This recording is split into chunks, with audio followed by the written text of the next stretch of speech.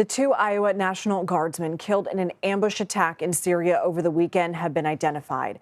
29-year-old Sergeant Nathaniel Howard of Marshalltown and 25-year-old Sergeant Edgar Torres-Tovar of Des Moines died Saturday, along with an American interpreter.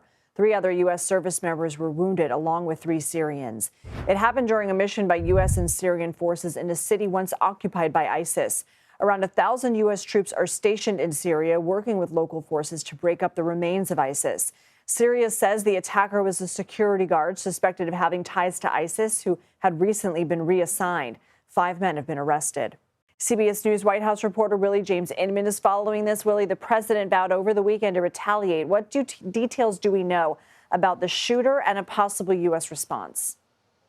Hey there, Lindsay. Good to be with you. Well, over the weekend, the president spoke to reporters twice in giving those statements saying that the U.S.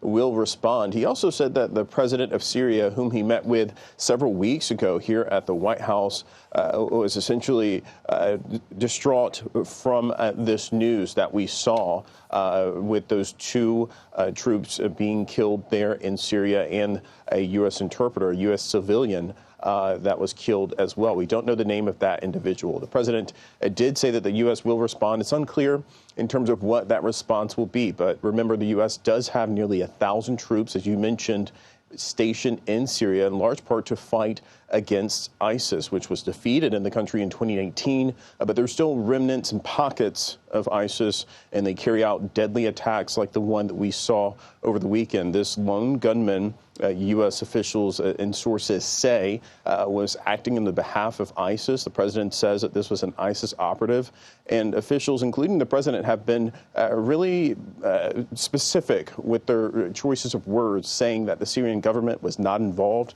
in this, that this was a lone gunman, this was an ISIS operative who had infiltrated a local security force.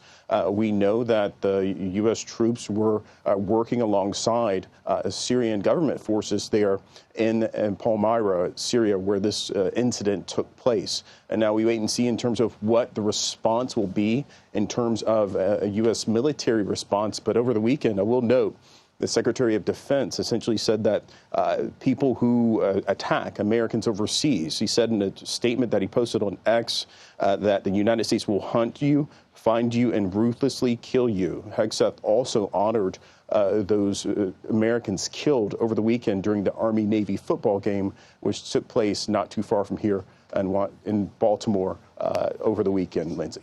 Willie James Inman, thank you.